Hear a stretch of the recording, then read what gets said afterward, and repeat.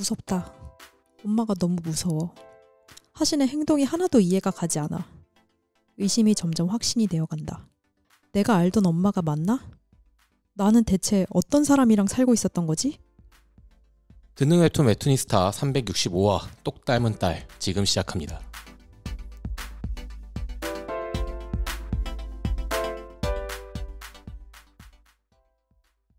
안녕하세요, 재민입니다. 안녕하세요, 세민입니다. 안녕하세요, 정우입니다. 네, 저희가 오랜만에 녹음을 하는 것 같네요. 오랜만이 맞죠? 네, 내란성 각종 질환을 앓느라고 너무 화가 나서 일도 안 되고 뭐도 안 되고 다 안 되더라고. 내란성. 그지 같아가지고 정말.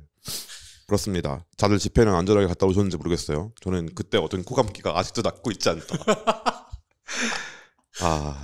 그렇습니다. 집회를 다녀오시고 질병을 얻으셨다. 네, 저의 빈키봉이 아주 큰 위력을 발휘했다는 소식을 들려드리면서. 빈키봉? 빈키봉이 뭔지 아세요? 뭔데요? 뉴진스 응원봉이에요. 아, 그걸 민키봉이라고 불러요? 빈키봉이요. 빈키? 거기서 봤던 민주노총 그 아저씨랑 똑같은 얘기예요. 이거 뭐예요? 막 흔들면은. 전 뭔지는 알아요. 뉴진스. 둘이 막 그래요? 막 움직이거든요. 그래갖고 그걸 흔들고 있으니까 이건 뭐예요? 그래서 빈키봉이요. 그랬더니 민키? 똑같은 얘기. 저 뻑큐봉은 아는데. 아니 저런. 에픽하이는 최고죠. 법규봉. 네, 좋습니다. 그래서 오늘 우리 무슨 웹툰을 합니까? 너무 유명해서 웹툰이스타에서도 계속 벼르고 있었던 작품이라고 하지만 사실 저는 처음 들어봤습니다. 뭐야? 저는 진짜 처음 들어봤어요. 대가리 네? 박아. 뭐 하는 사람이지? 대가리 박아. 죄송합니다. 그래서 오늘 저희가 할 작품은 똑 닮은 딸이라는 작품이고요. 네이버 웹툰에서 이담 작가님이 연재 중인 작품입니다. 2020년 지상 최대 공모전 2기 우수상 수상작이고요.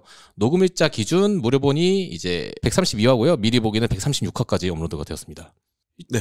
그리고 2021년 8월부터 본격적으로 연재를 시작해서 지금은 3부까지 연재가 진행 중이고요. 원래 1부랑 2.5부까지 휴재 없이 쭉 연재를 하셨는데 그렇게 안 쉬면 사람이 죽어요. 그래서 8개월 쉬시고 3부로 복귀하셨습니다.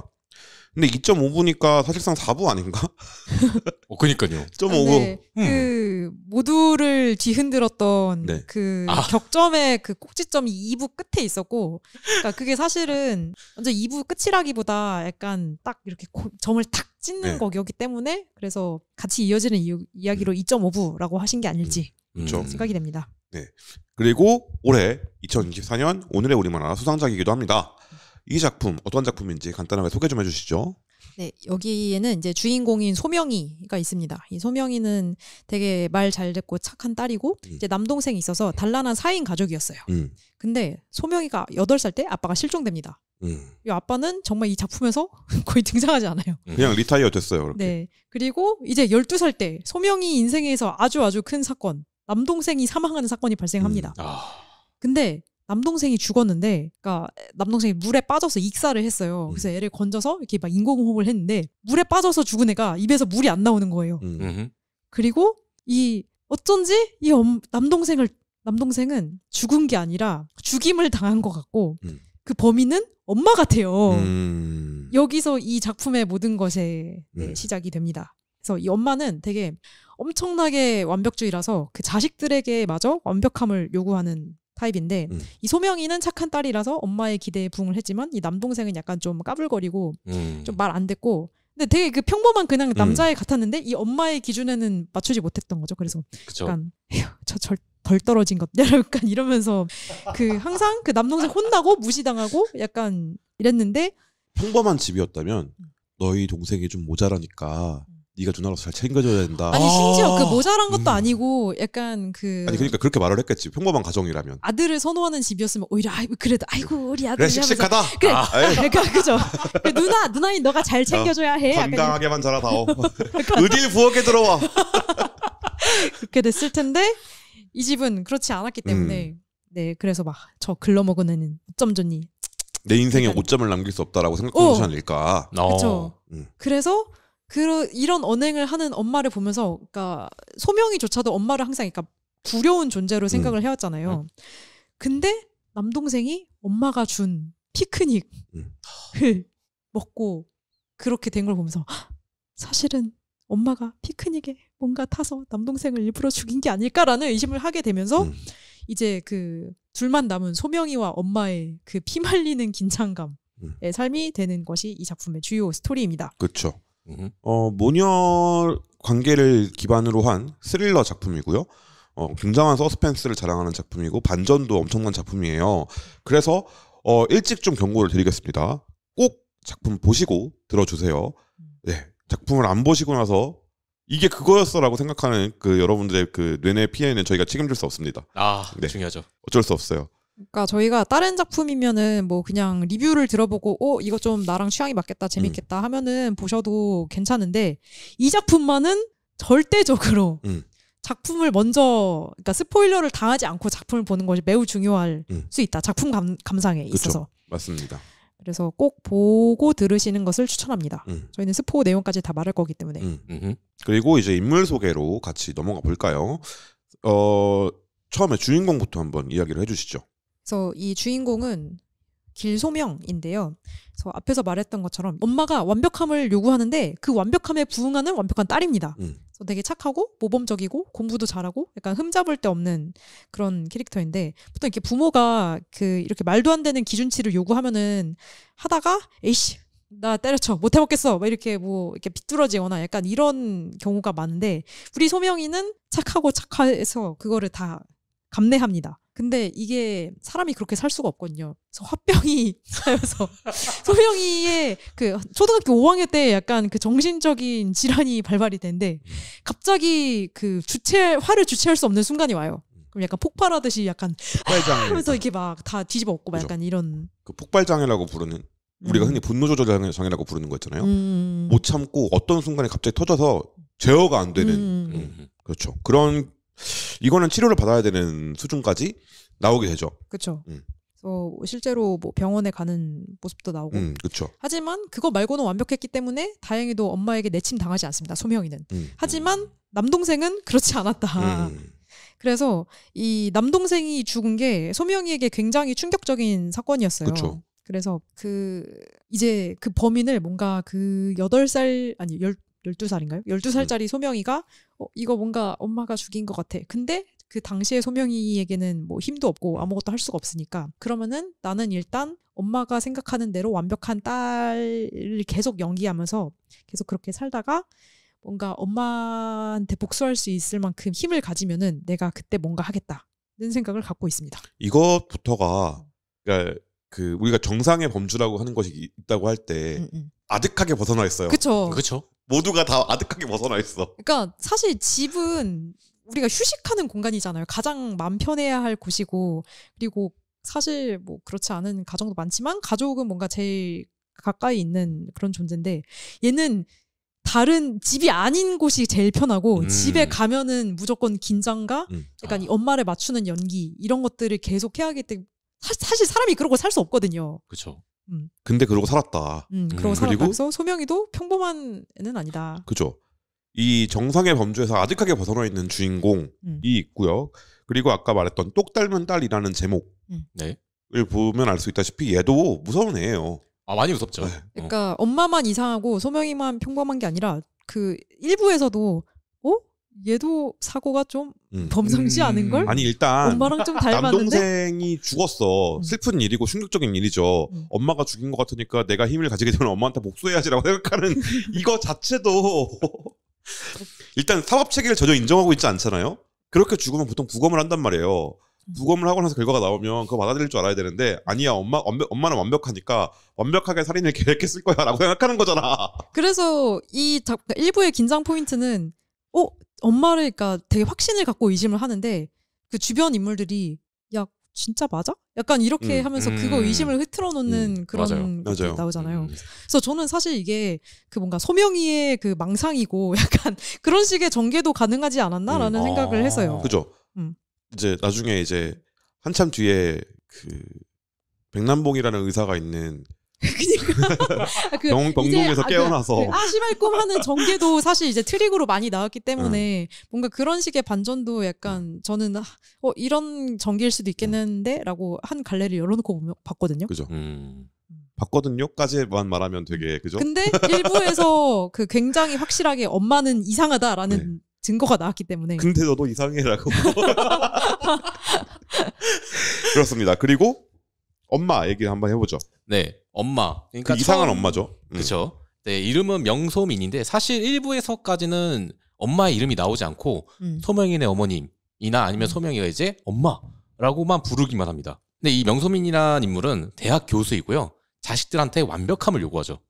그러다 보니까는 공부도 잘하고 얌전한 소명이한테는 완벽한 내 딸이라고까지 말하면서 해줄 건 다 해줘요. 뭐 예를 들어서 뭐 치아 교정을 해준다든지 뭔가 음악이 필요한 것 같다고 하면 또 음악학원을 다니라고 하든지. 뭐 물질적인 지원은 아끼지 않습니다. 그렇죠. 근데 반면에 남동생인 명진이한테는 글러먹은 애라고 하면서 아예 지원을 안 하죠.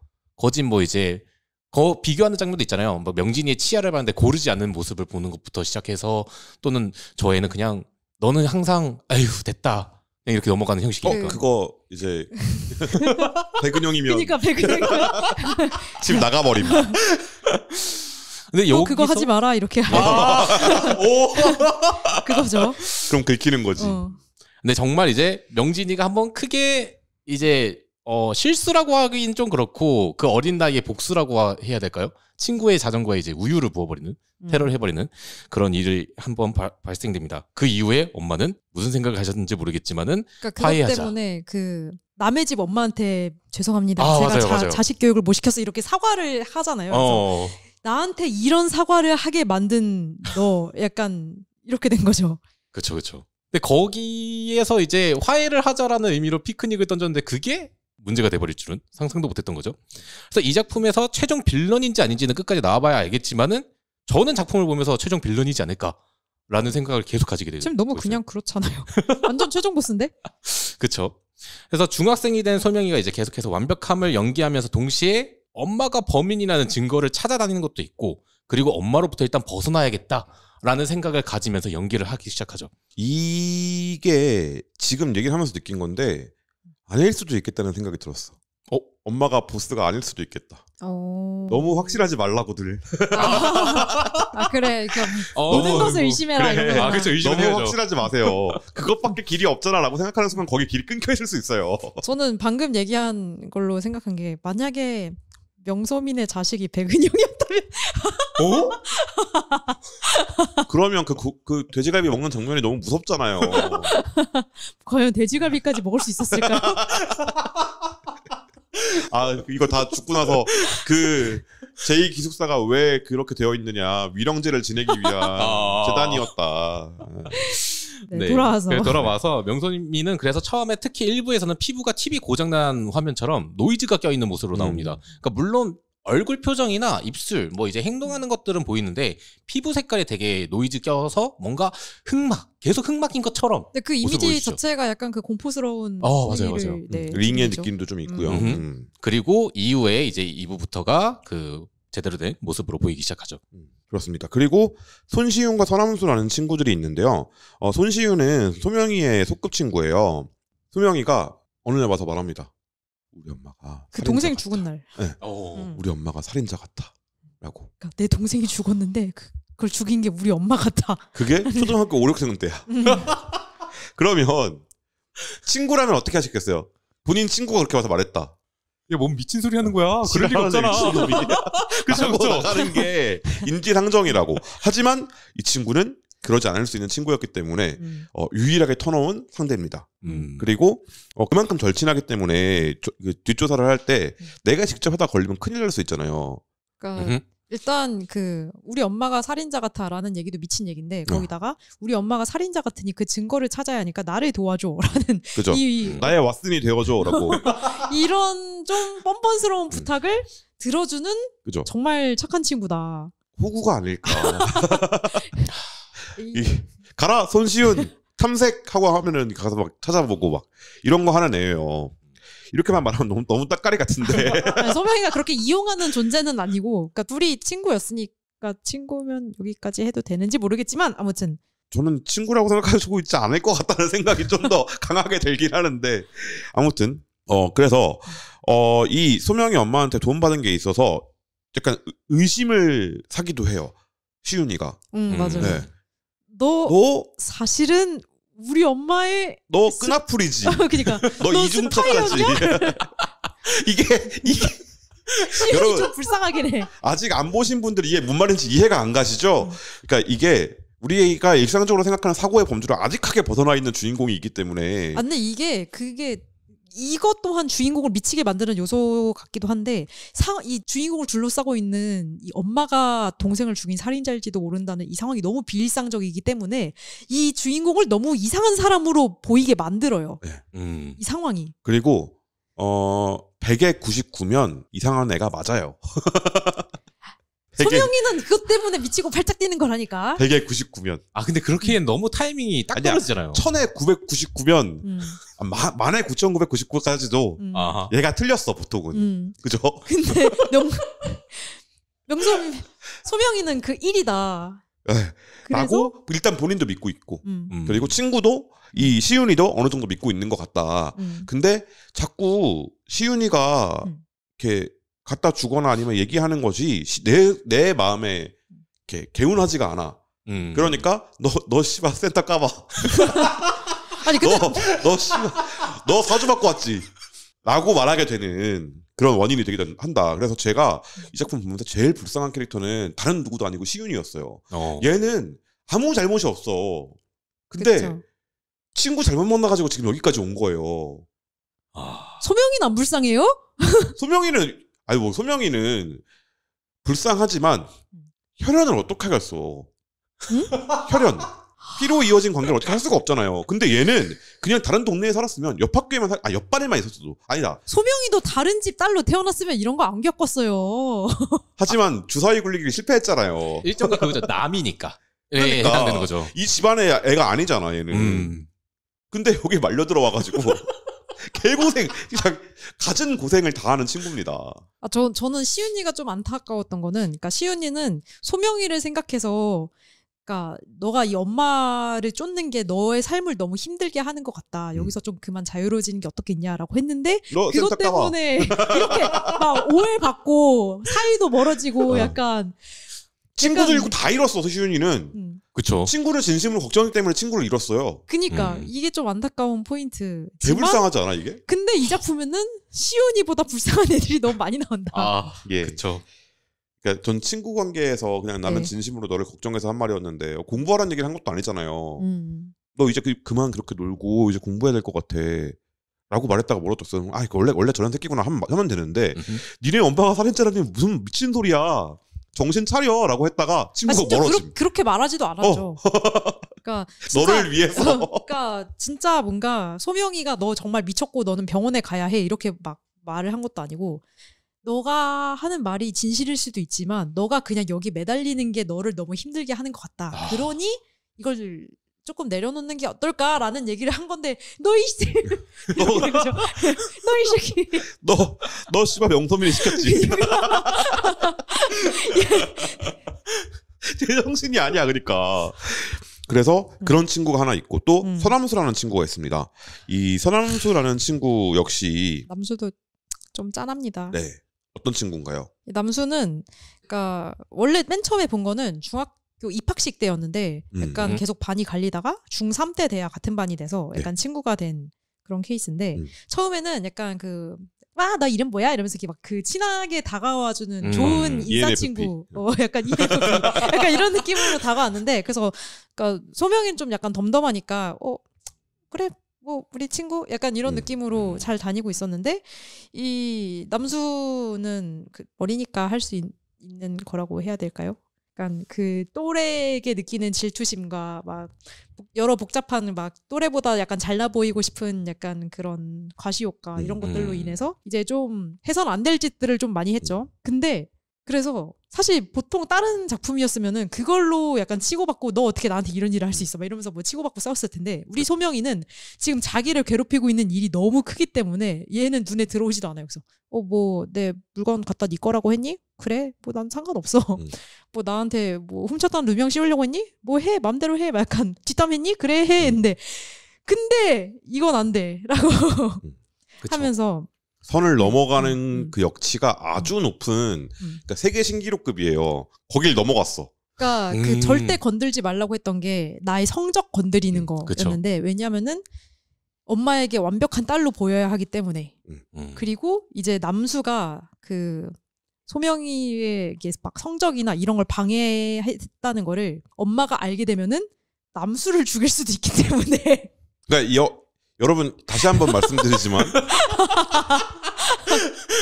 건강한 사고방식이 아닙니다. 근데 이걸 납득을 시키잖아요. 진짜로 그럴 수도 있겠는데? 라는 생각이 들게 만들어요. 그러니까 이게 뭔가 소명이의 과대망상이 아니라 진짜로 엄마가 진짜로 죽일 것 같은 상황을 보여주잖아요. 이게 처음에 그쵸. 이 상황이 도달하면 에이 설마 그렇겠어라는 그러니까, 생각으로 보는데도 뒤에 갈수록 보이니까 그 긴장이 진짜 엄마가 정말로 저렇게까지 하는 사람일까 아닐까 약간 이거를 약간 가늠하지 못하게 하는 데서 서스펜스가 있었다면 그러니까 에이 설마라고 생각하는 그쵸? 사람들한테 설마라고 했냐? 하면서 보여줘. 엄마가 과자를 오도독 하면서 맛있게 먹잖아요. 아, 그니까요. 그 과자가 어디서 났는데? 씨가 뭐지? 라는 생각이 들게 만드는 거야. 아유, 뭐 이런 싸구려를. 이런 류의 서스펜스를 만들어내는 게 그러니까 별걸 안 보여주거든요. 행위를 보여주는 게 아니야. 근데 그러니까 엄마가 직접적으로 한 거는 거의 그러니까 1부까지는 없어요. 1부에는 없어요. 근데 그 주어진 상황들 몇 개를 가지고서 독자가 망상을 하는 거예요. 그러니까 그 소명이를 미치게 하는 지점도 그거라니까요. 그러니까 독자들이 이 소명이의 이 정신 상태를 따라가는 게 이 작품의 어떤 그 첫 시작 부분이에요. 1부. 그러니까 왜 이렇게 생각하게 됐을까 얘가? 제정신이 아니네. 그리고 1부 끝날 때쯤에는 나도 제정신이 아닌 것 같은데? 라는 생각을 하게 된다. 그리고 그 안에서 이제 희생당한 희생양들이 이 시윤이와 남수라는 친구들이다. 아니 지금 시윤이랑 남수를 나란히 두기에는 좀... 그렇죠. 남수는 좀 나빴어 좀. 근데 이런 이 정도의 어떤 서스펜스를 만들어내는 게 저는 정말 대단하다고 생각했어요. 그러니까 주어진 상황만 가지고서 독자들이 이걸 연결시켰을 때 그럴 수도 있겠다, 합리적이다라고 생각하게 만드는 거잖아요. 그렇죠. 근데 그게 정말 터무니없는 얘기란 말이에요. 자기 아들을 죽이고 딸의 성적을 못 나오게 만드는 애를 죽여버릴 수도 있다. 어떻게 이게 가능하지? 라고 생각하잖아요. 지금 여러분은 다 그러실 거예요. 아직 안 보신 분들. 근데 일부를 보시면서 생각하시게 될 겁니다. 진짜일 수도 있겠잖아. 라고 생각하고 2부로 넘어가게 됩니다. 이제 다시 한번 마지막 스포일러 공지. 네. 다시 한 번만 드리자면 이 앞으로는 정말로 이제 그 스포일러에 대해서 완전 얘기할 거기 때문에 정말 아직도 안 보고 여기까지 들으셨다면은 마지막 기회가 남아 있습니다. 돌아가실 수 있는 늦지 않았어요. 그래서 잠시 일시정지를 하시고 똑 닮은 딸 정주행 하시고. 사실 1부까지는 이렇게 리뷰라고 할 만한 게 없을 수밖에 없는 게 이건 직접 보셔야 돼요. 왜냐하면 저희는 정말 1부에 나온 걸 얘기를 다 했거든요. 근데 이걸 들으신 분들이 뭐래? 라고 생각하시면 할 말이 없어요. 그냥. 그쵸. 근데 이걸 직접 보면서 그 서스펜스를 느껴보셔야 된다.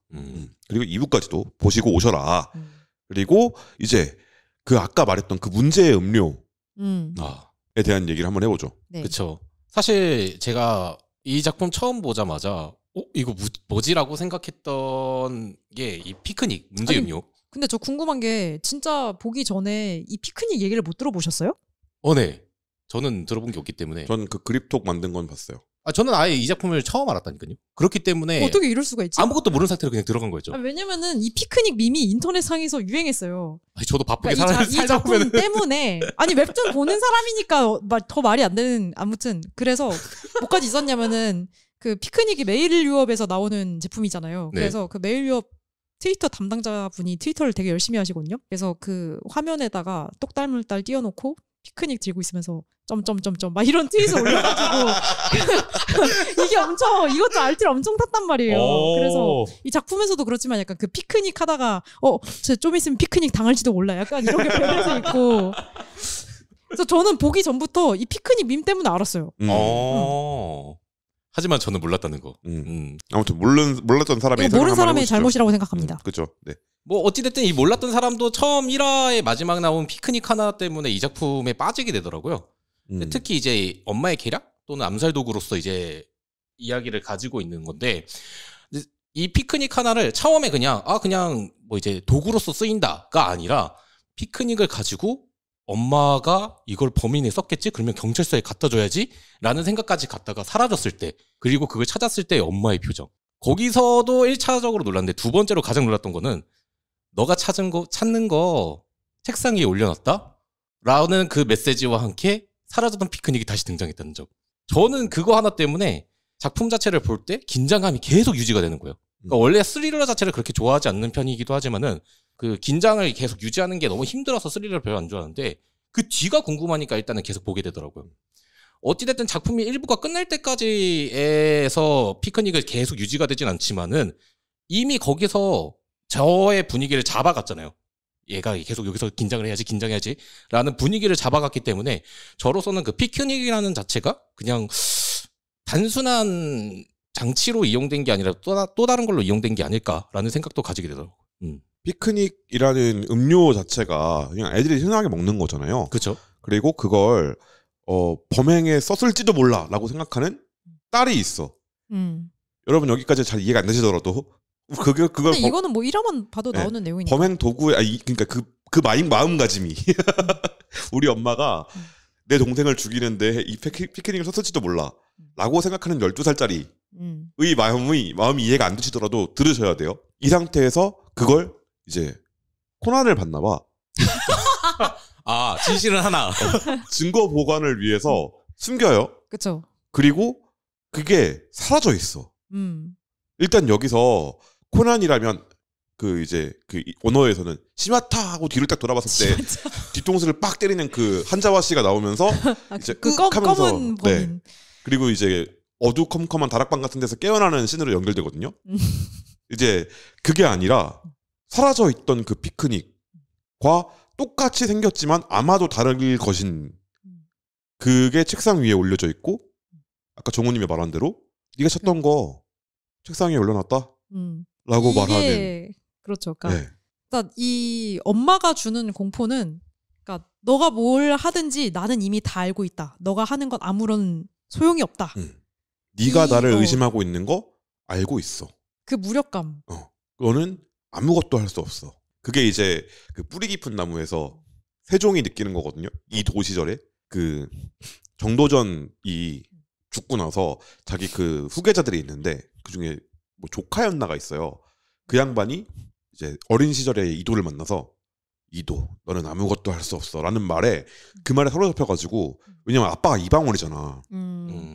그래서 되게 훌륭한 왕이 되기 위해서 엄청나게 노력한다는 설정이에요. 그런 것처럼 너는 아무것도 할 수 없어라고 말하는 말하진 않지. 보여주는. 엄마 밑에서 자란 이 딸은 진짜 그럴 것 같아? 라고 하면서 진짜 완벽하게 잘하고 있는 거잖아요. 그 모습을 보면서 그래 그게 너의 동력이라면 오케이라고 생각하는 엄마가 있는 거고. 이게 너무 이상한 거야 이 관계가. 그리고 그걸 그 피크닉 하나로 설명해 준 거잖아요. 네가 나를 살인자라고 의심해도 돼. 신고해봐. 너는 내가 뭘 했든지 너는 알아낼 수 없어. 라는 걸 그 피크닉 하나로 보여줬단 말이야. 딱 그 하나의 시퀀스 안에서 네가 찾던 거 책상 위에 올려뒀다 하고 카메라가 돌아갔는데 거기에 피크닉이 올라가 있을 때 이 씨발 이거 뭐지? 나 하나 더 궁금한 게 있어요. 그러면은 엄마가 이제 그 소명이한테 피크닉을 주잖아요. 그거는 너가 뭘 하든 언제든 너의 목숨도 끊을 수 있어라는 경고 같은 걸까요? 사실 그렇게도 읽힐 수 있고 그 다음에 이건 뒷부분에도 나오지만 그러니까 소민이가 범행 도구로 의심하는 거를 그러니까 엄마가 가져갔다가 돌려주잖아요. 그렇죠. 그러니까 사실 근데 그게 진짜 범행 도구라면은 돌려줄 리도 없잖아요. 그지 바뀌었겠지. 뭐 조작이 가해졌겠지.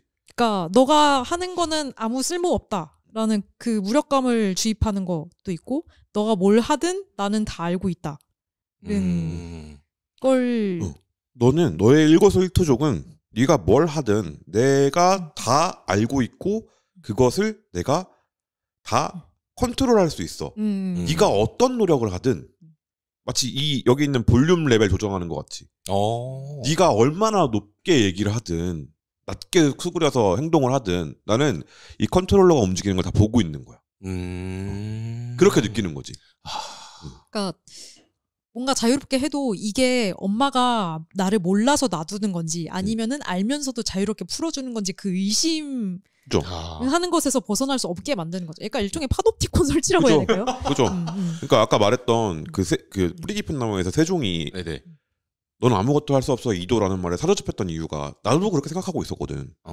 아빠가 이방원이니까 나는 진짜로 아무것도 할 수 없는 왕이 될 거야. 왜냐면 아빠가 이방원이거든. 그리고 이방원이 죽으면서 세종한테 그때 그 얘기를 해요. 이 작품 내에서 너도 아무것도 할 수 없을 거다. 나처럼 이라고 말을 해요.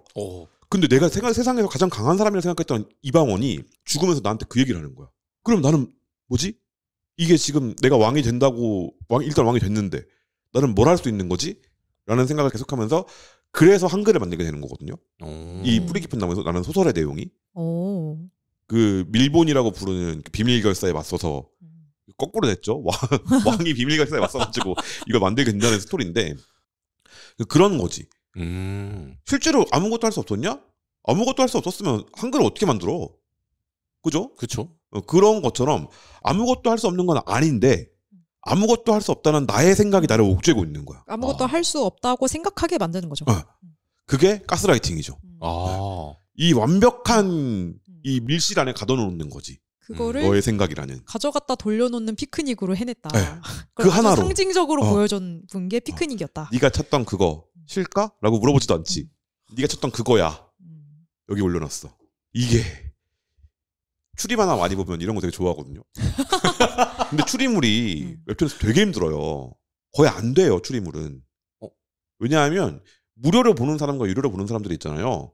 무료로 보는 사람들이 진도를 가고 있을 때 추리 페이지에 들어가면 실시간 연재와 댓글탕 때문이군. 네.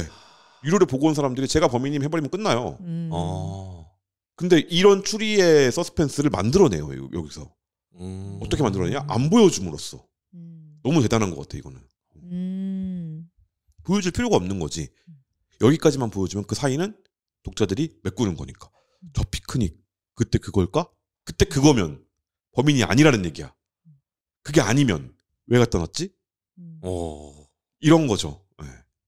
그리고 피크닉 오면 그거 300원 하는 거 그거 굳이 갖다 놓을 이유가 없거든. 그렇죠. 네. 냉장고에 넣어놨어도 아니고 책상에 이거는 보란 듯이 하는 거지. 그렇죠. 이제 이걸 보는 독자들에게까지 영향을 미쳐. 네. 이제 피크닉을 먹는 사람들도 한 번씩 그 똑 닮은 딸을 떠올리면서 이거 설마. 그러니까. 이런 영향까지도 있다.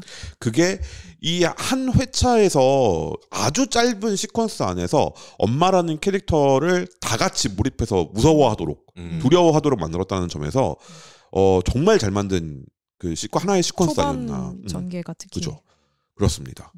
그래서 엄마라는 존재, 보통은 이제 아빠가 흑막인 경우는 많아요. 최근에는 그 살아남기라는 제목이 무슨 뭐에서 살아남기인데 아포칼립스에서 살아남기였나?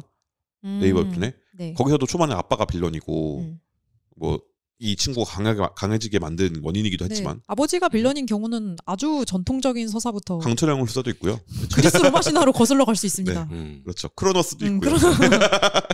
너무 많은데 엄마가 빌런인 경우는 생각보다 적은 것 같아요. 그래서 뭔가 그 기존의 전통적인 서사에서 뭔가 아버지가 빌런인 경우들이 있으니까 약간 그걸 뒤틀어서 엄마가 빌런이면 어떨까 하고 약간 좀 최근에 나왔던 작품들이 있는 것 같은데 그래서 저는 약간 보면서 아메리카노 엑소더스 생각 좀 했거든요. 그러니까 이 작품은 그 마법 소녀들이 나오는 마법 소녀물 같은데 그러니까 엄마가 굉장히 그 세계관에서 힘 있는 마법사인데 여기는 딸만이 마력을 가질 수 있는데 아들을 낳은 거예요. 그래서 이 아들한테 여장을 시켜서까지 이 대를 잇는 그래서 아들은 넌 이렇게 살아야 한다 하고 되게 아들을 통제하고 그래서 그 주인공인 아들이 아메리카노인데 그래서 엑소더스를 하는 내용이란 말이죠. 이 엄마 빌런인 탈출이죠. 엄마한테서 탈출하는.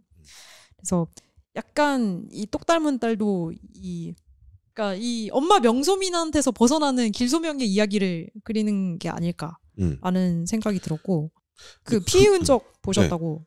그 피해 흔적이라는 작품이 있는데 그 피해 흔적이라는 이 만화책이에요. 일본 만화책이고 지금 일본에서 완결 났고 우리나라에서 곧 완결이 우리나라에서 완결 났구나. 12월 10일 날 완결이 났네요.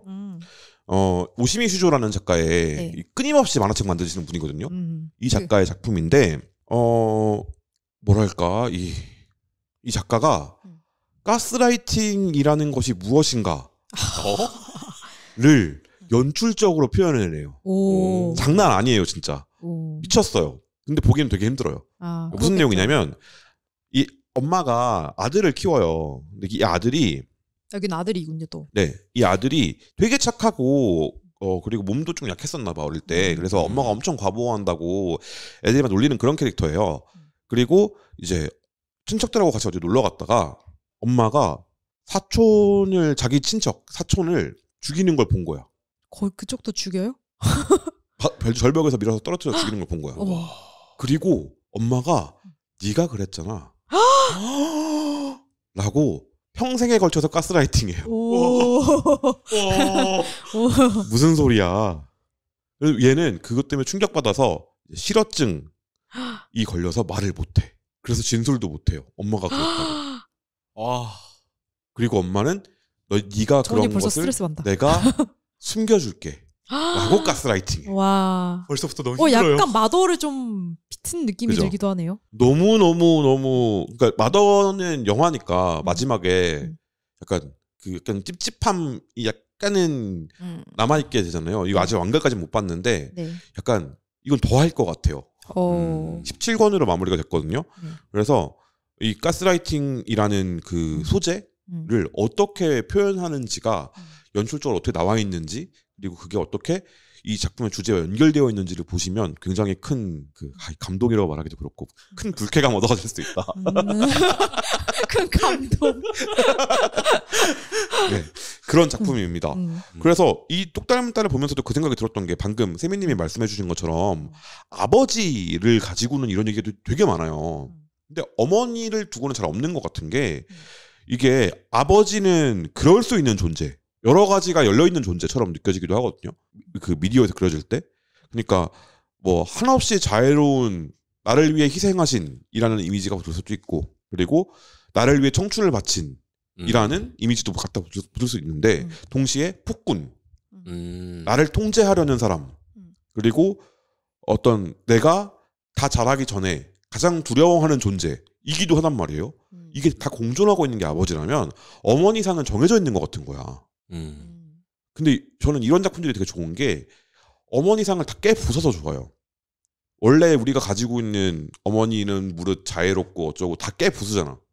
전혀 아니죠. 여기 명소미는. 그리고 이 감상할 때 그게 계속 우리를 방해해요. 끼어 들어와. 그 정도까지겠어? 엄마들이 그러는 게 말이 돼? 라는 식으로 계속 끼어 들어온단 말이야. 근데 작가님이 말하는 것 같죠. 막 씨발 그러면 안 돼? 이러면 안 되냐 엄마는? 이라고 말하는 것 같죠. 그래서 저는 되게 엄마가 빌런이라는 게 의심을 하게 만드는 것도 우리가 학습되어 있는 그 미디어에 학습되어 있는 것 때문이 아닐까? 라는 생각이 들기도 했어요. 그러니까 이게 처음부터 강하게 보여주잖아요. 되게 세게 그러니까 확신을 가질 수 있게 보여준단 말이에요. 근데 사람들의 반응을 보면 에이 설마 이런 반응들이 되게 많았어요. 초반에. 그게 우리가 모르는 사이에 학습되어서 쌓여있는 어머니에 대한 이미지 때문은 아니었을까? 또 뭐 아주 없지는 않을 것 같긴 한데 근데 저는 그래도 최근에 좀 그 엄마가 악역으로 등장하는 작품들이 꽤 많다고 느껴지거든요. 특히 입시를 좀 강하게 다루면은 그 아이를 내 입맛대로 키우기 위해 통제하는 역할의 어머니가 꽤 많이 등장하잖아요. 주부 육성 중에서도 나왔고. 그렇죠. 그래서 저는 약간 서브컬처계에서 최근 좀 핫했던 엄마라고 해야 될까요? 그 프로젝트 세카이라는 프로세카? 네, 리듬 게임이 있는데 여기서 그 마우유라는 캐릭터가 있는데 이 캐릭터는 그 약간 명소민처럼 그 엄마는 이 친구가 의대를 가길 원해요. 근데 얘는 음악하는 서클에 소속돼 있는 멤버거든요. 그래서 작사를 하는데 그래서 엄마한테는 그 착한 딸을 연기하면서 그 친구들과 이렇게 몰래 음악을 하는데 이 엄마의 그 기대에 부응하는 착한 딸로 되면서 약간 좀 이중인격이 됐어요. 그 학교에서는 좀 약간 웃고 하하하하 하는데 그 진짜 속내를 털어놓을 수 있는 친구들 앞에서는 약간 그 죽은 눈 켜지고 목소리 톤도 완전 달라지거든요. 그러면서 얘는 너무 자기 그 엄마한테 맞추다 보니까 자기가 뭘 좋아하는지조차 까먹어서 이제 음식 맛도 잘 못 느끼고 그래서 나는 그 자기 자아를 완전 잃어버린 그런 캐릭터인데 이 음악하는 걸 들키면서 엄마가 그 친구들한테 찾아가서 너 우리 딸이랑 음악하려고 얘 꼬셨니? 약간 이렇게. 와. 약간 이게 이제 보통 나쁜 그쵸? 엄마. 그쵸? 그쵸. 그래서 이런 식의 사실 이 명소민도 사실은 그 너는 나처럼 교수가 되어서 훌륭한 아이가 되어야지라는 것도 있잖아요. 너는 그렇게 완벽한 딸이 되어야 돼. 근데 이 명소민은 그런 류의 뭔가 입시와 그 완벽한 아이로 자라야 한다는 그 통제와는 좀 더 다른 상이 있는 것 같다고 생각을 했습니다. 그렇죠. 여기서 이제 그 딸이 아닌 사람들은 잘 모를 수밖에 없는 것들이 좀 등장한다고 생각하거든요. 그러니까 네. 아버지가 저한테 기대하는 것과 어머니가 저한테 기대하는 것은 분명히 다를 거예요. 근데 세상에 어떤 그 공통적인 것이 어떤 있다고 치면 네. 부모가 아들에게 바라는 것과 딸에게 바라는 것은 많이 다를 거라고 생각해요. 그쵸? 어느 나라든 어느 국가든 어떤 문화적 배경이 약간 있든. 어떤 성역할에 기대하는 게 다른 것도 영향이 있을 것 같고. 그리고 특히 아버지가 딸에게 바라는 것과 어머니가 딸에게 바라는 것은 더 다를 것 같아요. 어떤 느낌인지 알 것 같아요. 왜 하필이면 딸이어야 했을까? 이 작품에서? 네. 아들이었으면 안 되나? 라는 생각이 좀 들었어요. 그러니까 방해가 될 수 있는 남동생을 없애버리고 시작한 게 그게 이유가 있지 않을까라는 생각이 드는 거예요. 왜냐하면 형제가 있다는 건 아주 강력한 조력자를 가질 수도 있는 건데 그렇죠. 그걸 버리고 고립시켜야 됐던 이유가 있을 것 같다. 그리고 하필이면 그게 아들인 이유도 있을 것 같다라는 생각이 드는 거예요. 그러니까 그 명소민이라는 엄마가 가지고 있는 딸에 대한 생각 같은 것들을 물론 이제 보면 아실 수 있지만 그거를 이 작품에서 보여주는 어떤 모녀 관계라는 걸로도 해석해볼 수 있게 만들어놨어요. 일부를 보다 보면 이거 엄마가 그냥 되게 좋은 엄마 아닌가라는 생각이 들 때도 있거든요. 아 그렇죠. 뭐 딸이 원하는 대로 다 지원해주고 아낌없이 해주잖아요. 물론 자기 원하는 방식으로 해준다는 게 문제가 있긴 한데. 그러니까 그게 모든 부모가 사실 그렇잖아요. 부모님이 네가 원하는 거 한번 얘기를 해봐. 다 지원해줄게라고 할 수 있는 부모님이 얼마나 있어요 세상에. 그렇죠. 없죠. 그러니까 원하는 거 말만 해. 다 해줄게. 약간 이렇게 말하는 부모는 사실 많지 않죠. 세상에 거의 없단 말이지. 심지어는 조건들을 거시잖아. 조건을 건다는 게 뭐 예를 들어서 시험 점수 맞아오고 뭐 이런 거 말고 너 이거 한번 시작하면 3개월은 해야 돼. 이런 것들. 뭐 언제까지는 해야 돼. 이런 것들은 되게 많이 걸거든요. 근데 아이들의 꿈은 바뀔 수 있는 거란 말이야. 근데 그걸 인정하는 부모도 많이 못 봤어요. 주변에서. 그 지원을 시작하면 거래가 돼 그때부터. 저는 그런 경우를 되게 많이 봤거든요. 뭐 중간에 소민이도 내가 수술비 내는 대신에 헤어져야 해.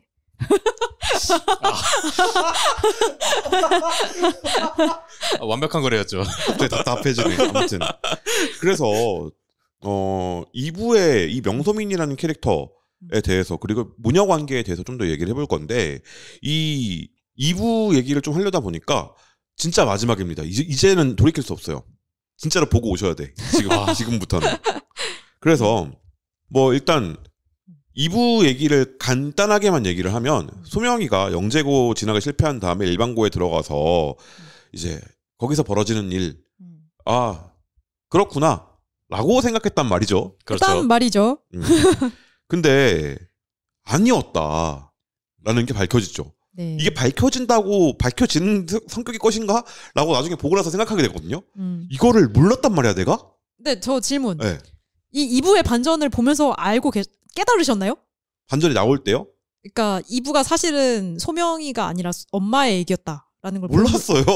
저는 되게 의심 하나 했었어요. 카메라 사줄 때.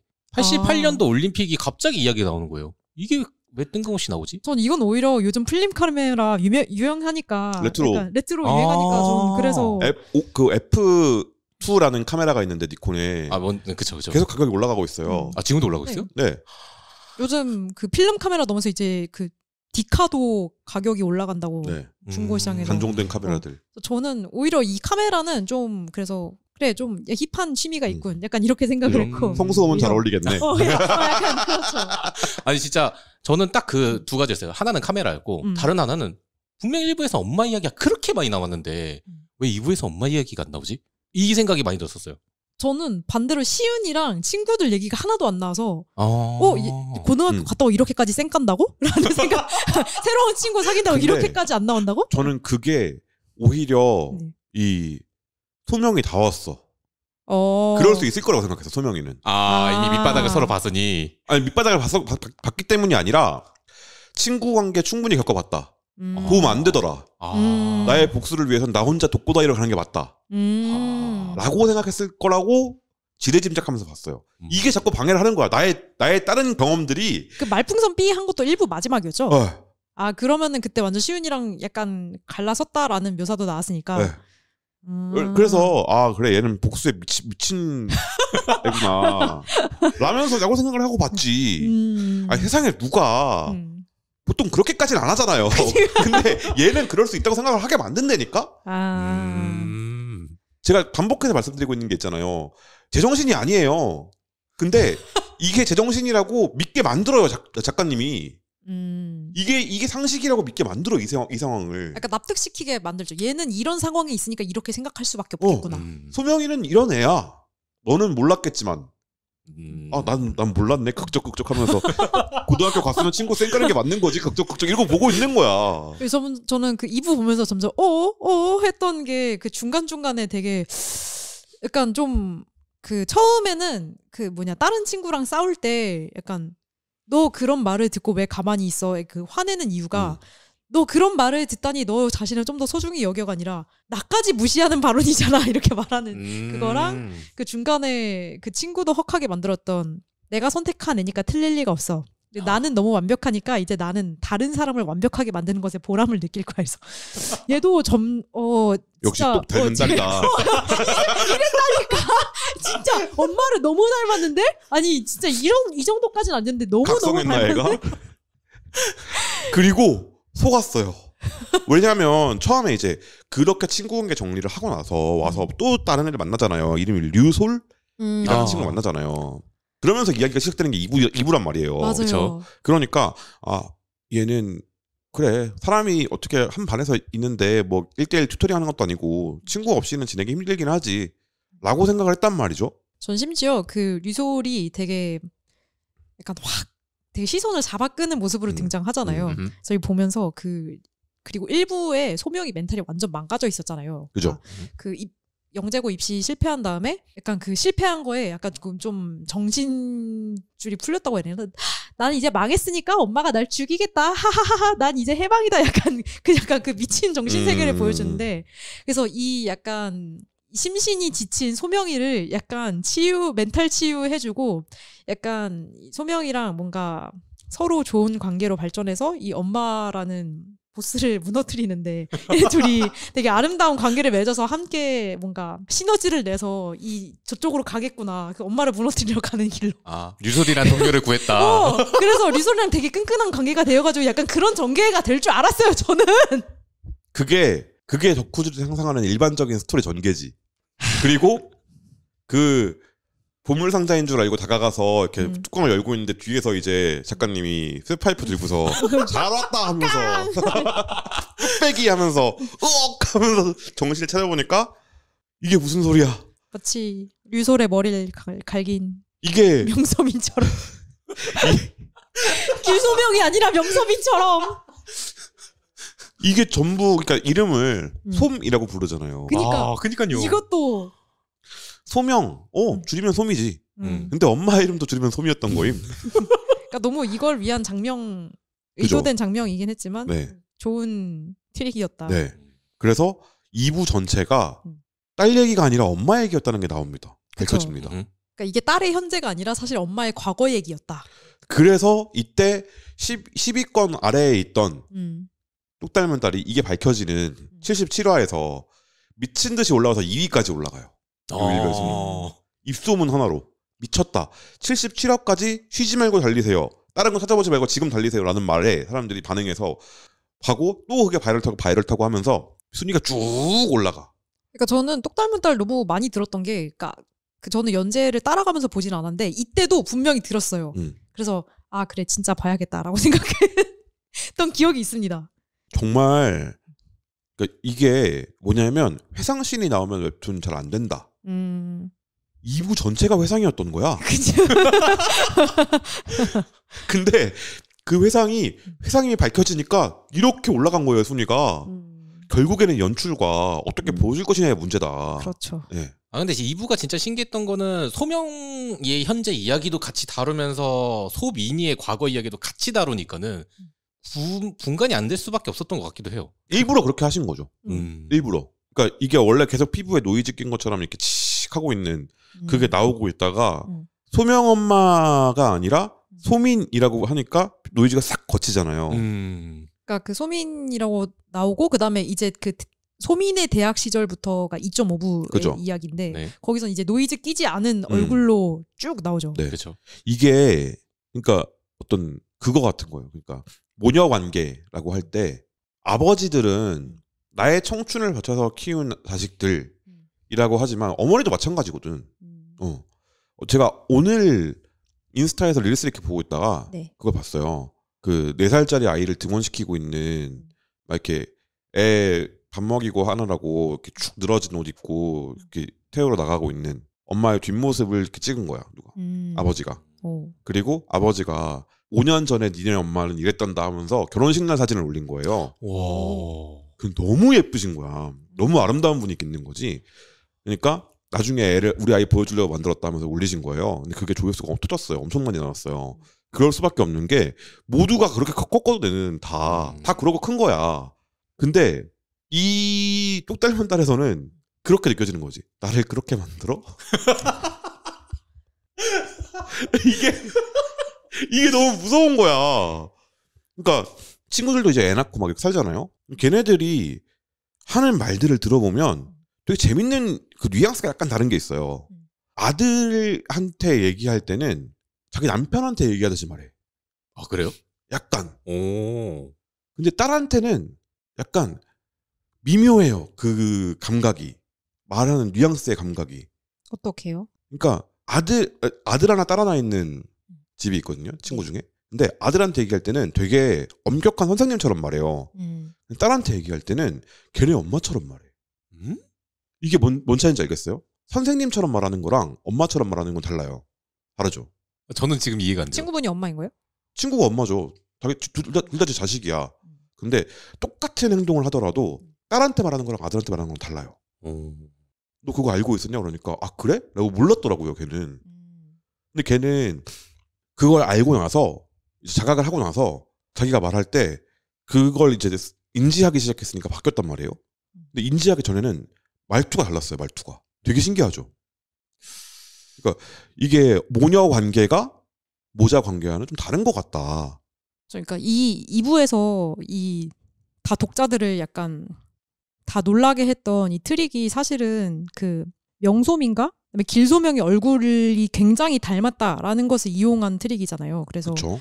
그러니까 너네가 지금까지 소명이라고 생각했던 애는 사실 소민이었어. 걔 엄마였단다? 약간 이런 거였는데, 그러니까 제목인 똑 닮은 딸이, 그러니까 저는 앞에까지는 사실 소명이는 그러니까 겉으론 다르지만 실제 안에 진짜 갖고 있는 성격은 뭔가 엄마를 닮았을 수도 있겠다라고 생각을 했는데, 사실 어떤 굉장히 그냥 겉모습이 똑 닮은 딸이라는 굉장히 단순한 얘기일 수도 있었다는 거죠. 우리가 생각하는 그 닮았다는 게 김치 손맛이나 이런 것일 줄 알았더니 그냥 거울처럼 판박이라는 얘기였던 거임. 그래서 저는 최근에 그러니까 제가 한 중학교 때부터 알았던 10년지기 친구가 있는데 그럼 꽤 많이 봤잖아요. 근데 이 친구가 최근에 임신을 했어요. 근데 제가 아는 친구들 중에서 지금 처음으로 임신한 친구고, 그래서 저는 이게 너무 신기했거든요. 그리고 이 친구가 지금 거의 출산을 한 달 정도 앞두고 있는데, 그래서 이미 성별을 알고 있어요. 그래서 딸이에요. 그래서 그 아들인지 딸인지를 이제 병원에서 그 대충 몇 개월 지나면은 이제 그게 보이잖아요. 근데 요즘은 막 초음파 사진을 엄청 무슨 그 3D로 바꿔가지고. 장난 아니에요. 그러니까 그 초음파 사진을 이렇게 3D로 구현을 해가지고 실제 아기가 이렇게 생겼을 거예요. 그것도 보여주더라고요. 그래서 너무 신기했는데, 아무튼 뭔가 그래서 딸을 가지게 됐는데 그게 오히려 좋다고 했던 것 같아요. 그래서 그 얘기를 하면서 친구가 뭔가 아들이면은 그냥 내가 좀 더 빠르게 거리두기를 할 수 있을 것 같은데 아무래도 모녀 관계는 좀 다르잖아? 라는 얘기를 했거든요. 근데 이게 되게 약간 기억에 남아서 곱씹게 되더라고요. 이 말이. 그래서 그렇게 뭔가 자식의 성별이 그렇게까지 뭔가 관계에 영향을 미치나? 라는 생각도 들게 하고, 그러면서 뭔가 그 말뜻을 뭔가 어렴풋이 알 것도 같고 약간 되게 약간 생각이 좀 많아지더라고요. 그럼 본인은 어때요? 아버지랑 어머니랑 똑같은 똑같게 느껴요? 물론 다르게 느끼는데 그게 뭔가 그러니까 그게 뭔가 성별에 기인한다기보다 그냥 가족 관계에서 아빠가 살아온 삶과 엄마가 살아온 삶 때문에 그렇게 느끼지 않나라고 생각이 돼요. 저는. 그럼 두 분이서 만나가지고 본인만 낳고 따로 사셨어요? 아니 아니 그게 대체 무슨 지난 30년간 그렇진 않았을 거 아니야. 그러니까 저는 뭔가 부모님한테 좀 어려운데. 전 그러니까 그걸 뭔가 명확히 설명을 못 하겠거든요. 제가 뭔가 아빠한테 느끼는 감정과 엄마한테 느끼는 감정이 그러니까 물론 다른데 그게 어렵다. 이걸 왜 물어봤냐면 네. 딸인 기분을 우린 몰라요. 그쵸 정우랑 저희는 나는 몰라요. 남자잖아요. 근데 저희 모르겠어요. 뭔가 남매면은 좀 더 그게 명확하게 느껴질까 싶긴 한데 저희는 언니라서 둘 다 자매거든요. 저 둘 다 딸이라서 아버지 안 외로워하세요? 물론 살짝 있을 것 같긴 해요. 그러니까 가끔씩 별로 관심이 없구만 부모님한테. 그러든지 말든지 뭐 집에 가스 안 끊기고 물 안 끊기면 됐지 뭘. 아니 쌀 안 떨어졌으면 됐지 뭘. 그럼 아빠 역할 다 한 거지 뭐. 이 수준인 것 같은데. 있겠죠? 있겠죠. 있을 것 같아요. 네. 아니 이거를 뭔가 이 작품이랑 뭐 엮어서 무슨 얘기를 해야 될지 약간 아니 그러니까 모르겠어요. 모녀 관계가 가지고 있는 네. 예를 들어 그런 거잖아요. 아버지들한테는 네. 당연히 책임감도 따라오고 다 따라오지만 내가 직접 낳았다. 키워서 낳는 거잖아요. 이건 정우랑 나는 경험해볼 수가 없는 일이에요. 근데 모든 어머님들은 다 경험해본 일이란 말이에요. 그쵸. 이게 가지고 있는 것 중에서 이걸 겪은 다음에 그게 내 낳아놓은 게 아들일 때와 딸일 때의 감각이 다를 것 같다는 거지. 그리고 우리가한테 많은 것들이 유전되는데 되게 많은 부분이 모계 유전이에요. 예를 들어 키 같은 것도 모계 유전이고 하필이면 또 두 발 머리 같은 거는 부계 유전이야. 아, 그래요? 그게 이제 한 대 걸러서 나온대요. 뭐 그런 얘기가 있어요. 그리고 지능 같은 경우도 높은 경우에 모계 유전이고 학습 능력 같은 것도 되게 높은 확률로 모계 유전이고 막 이렇게 얘기를 하더라고요. 그러니까 되게 많은 부분을 줬다는 거잖아요. 그러니까 어머니라는 존재는 말하자면 일종의 자기의 그 옛날 말로 하면 그 데미 분신, 하프 분신을 만들어낸 거야. 근데 그렇죠. 그 사람이 또 재생산을 할 수 있는 존재란 말이에요. 그러면 자기가 여성으로서 살아온 삶이 있을 거잖아. 네. 남성들은 모르는. 그렇죠. 그러면 내가 여자아이를 낳았을 때 마음가짐과 남자아이를 낳았을 때 마음가짐이 다를 것 같다는 거지. 그때 드는 생각이 다를 것 같다는 거지. 그래서 친구분도 그 말씀을 하신 게 아닐까라는 생각이 들었다는 거죠. 그랑 저도 친구가 딸을 가졌다고 했을 때 뭔가 그 친구를 닮은 그 친구가 낳은 다른 존재가 똑 닮은 딸. 세상에 하나 더 생긴다는 게 너무 약간 이상한 기분이 들기도 하고 약간 진짜 기적 같은 일이기도 하고. 그렇죠. 너무 그러니까 사실 그 어릴 때부터 안에 그런 친구는 더 하죠. 그렇죠. 안에 뭔가 새로운 생명이 자라서 이렇게 해서 걔를 닮은 얼굴을 하고 나온 새로운 존재가 앞으로 세상에 나온다는 이 모든 것 자체가 너무 그러니까 이상하면서 신기한 거예요. 그래서 보통은 이렇게 아름답게 얘기한단 말이에요. 강철 연골사 같이. 그러니까 그게 어렸을 때는 약간 그 아직도 그게 5권이거든요. 그 에드가 그 다른 그 무슨 광산에서 막 그 임산부가 출산하는 장면 돕는 게 5권인데 그걸 보면서 너무 막 지루하고 이게 뭔데 막 이렇게 호들갑 떨면서 이렇게 묘사를 하겠는데 지금 생각하면은 에드가 연금술을 거의 하다가 사이코패스네 거의.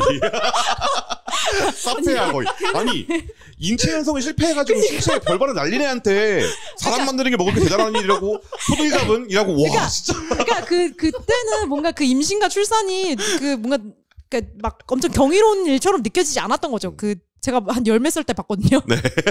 근데 지금 생각해서 보니까 이 강철의 연금술사라는 작품에서 그 장면은 정말 중요한 장면이었던 거죠. 당신보다 어릴 때 썼어요. 야라카와 히로무가. 아니 뭐 접하신 나이가 어렸을 때라고 하시니까 세상에 좀 관심을 가지라고. 그래서 지금은 안다는 얘기를 하고 있잖아요. 그러니까 근데 이 똑 닮은 딸이라는 작품에서는 그 경이로움이 그 경이로움을 통해서 둘을 낳았어. 아, 그쵸. 근데 마음에 안 든다는 이유로 죽일 수 있나? 이거 하나. 그리고 그걸 조사하겠다고 나오는 그러니까 어머니를 깨부수고 자유로워지겠다라고 생각하는 딸이 있어. 이거는 뭐 그냥 있을 수 있는 일이라고 생각해요. 이 억압으로부터 벗어나겠어. 모든 자식이 하는 생각이야. 그죠? 근데 그 앞에 그 동기가 네가 동생을 죽여서잖아요. 이게 너무 일반적이지 않으니까 앞서 말했던 이 모녀 관계라는 것이 여기서 성립을 하느냐. 그러니까 저는 그래서 뭔가 역설적으로 소름 돋았다고 해야 될 게, 그러니까 이 2부와 2.5부의 이야기는 명소민이 그 유솔과 그다음에 결혼한 그 길규원과 이렇게 거치면서 뭔가 자기 인생을 건 실험, 일종의 거대한 실험을 하면서 그 자기 인생의 의미를 찾아가는 그런 과정이었던 거잖아요. 그래서 유솔을 찾았다가 근본부터 글러먹은 애는 안 되겠고 거의 매드 사이언티스트예요. 그러니까 맞아요. 그래서 했다가 안 되고 그다음에 길교훈을 해보고 테스트 해보니까 얘는 이런 문제가 있어서 안 되네. 내 15년 얘한테 낭비했다 하고 이제 다음으로 선택한 게, 아니 생각해보니 가장 완벽한 나의 분신, 내 자신 여기 있었잖아 라는 얘기를 하잖아요. 일단 자식을 낳고 나면 절반은 성공이겠지 라고 생각했을 것 같아서 소름 끼치는 거지. 근데 애초에 그걸 생각하지 않고 나왔잖아요. 근데 그러니까 그 생각을 도달했을 때는 완벽한 내가 여기 있잖아, 내가 1이잖아, 그럼 자식을 낳으면 최소한 0.5는 될 것 같잖아 라고 생각하지 도달했을 것 같아서 소름 끼치는 거지. 저는 오히려 다른 데에서 조금 놀랐던 게 계속 그 계획을 세우잖아요. 몇 살 때쯤 되면 뭐가 하고 몇 살 때쯤 되면은 이제 졸업을 해서 뭐 논문 쓰고 뭐 그 계획에서 이때쯤에 애를 낳아도 되겠지? 그 생각으로 애를 낳고 두 번째 둘째 나왔을 때, 명진이가 나왔을 때는 힘을 다 했는데, 그러니까 얘는 완전 계획하지 않은, 그러니까 거기 자체에서 스트레스를 받아서 애를 그냥 버리 5점이잖아. 5점. 그러니까 이게 똑같은 계획을 세우는 사람이 현실에 있는데 오타니 쇼헤이라는 사람이 있어요. 그렇게 안 살아. 오타니 쇼헤이가 사람을 죽이진 않았어. 그렇죠. 근데 이 명소민이라는 사람은 현실에 없을 거예요, 아마도. 근데 있을 것 같이 느끼게 하잖아요. 그러니까 방금 말했던, 세미님이 말했던 엄마랑 딸은 다르잖아 라고 말했던 친구의 말이, 보통은 그게 우리가 생각하는 모녀 관계라고 하는 이 거대한 우리가 살고 있는 세계 안에서 많은 부분을 차지하는 가족 관계의 어떤 핵심 같은 거란 말이야. 부모가 자식을 어떻게 생각하느냐. 근데 얘의 목적을 모르겠는 거예요. 소민이의 목적을.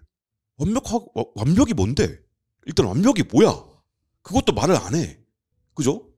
그 자기의 기준치가 있고 그걸 충족하는지 아닌지. 근데 그게 완벽이에요? 그냥 나의 만족이지, 자기 만족이지? 그렇죠. 그냥 완전 그러니까. 엄청난 나르시스트. 미친 나르시시스트가 자식을 낳아서 그 자식을 키우는 얘기까지 아직 가지 않았는데 이 사람은 설명했어요. 이 사람은 2부와 2.5부에서 특히 2부에서 이 사람은 그런 사람이야. 원래부터 이랬던 사람이야. 라는 걸 납득시켜요. 그리고 이제 이게 제가 이번 학기에 하고 있는 수업이 장르 연구라는 수업인데, 네.